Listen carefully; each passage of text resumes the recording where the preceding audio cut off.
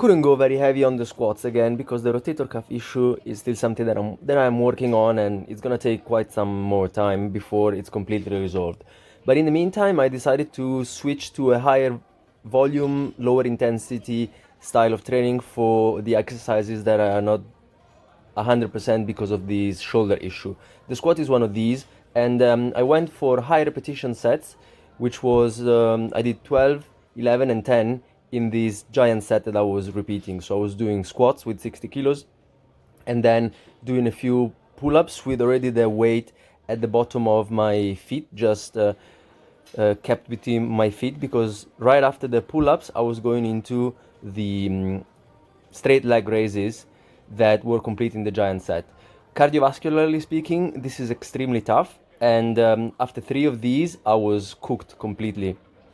I only had space or energy left for something very easy, and I decided to take the extra time to put some extra volume for my shoulder again. So I was doing some grandma push-ups from an elevated box, and I was supersetting that with some face pulls, which I'm not yet able to fully pull because this places a stretch on the inside of my shoulder where the muscle is inflamed. So I'm only staying within a pain-free range. Sometimes I feel like I'm going a bit too much into this, and that's when I let go a little bit.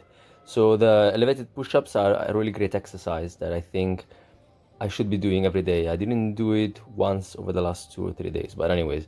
And then the guy who has parallettes was kind enough to lend them to me for a while, because this was the end of my session anyways, and I had ordered a pair of these for myself, because this is a great tool to have, especially when not only my shoulder is giving me issue, but my wrist as well. And in this position here, I feel like the wrist doesn't really give me any annoyance at all, as opposed to when I am on the floor and it's in this fully flexed position.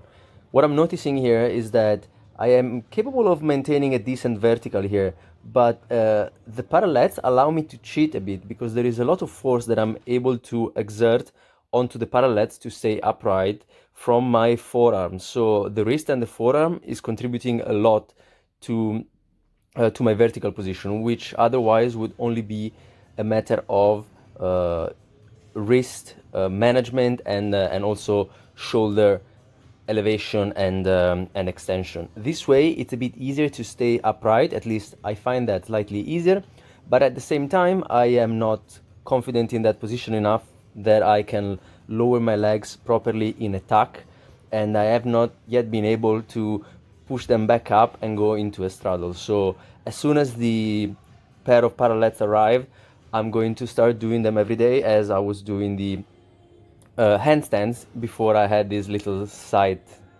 track from my wrist and shoulder. Ciao.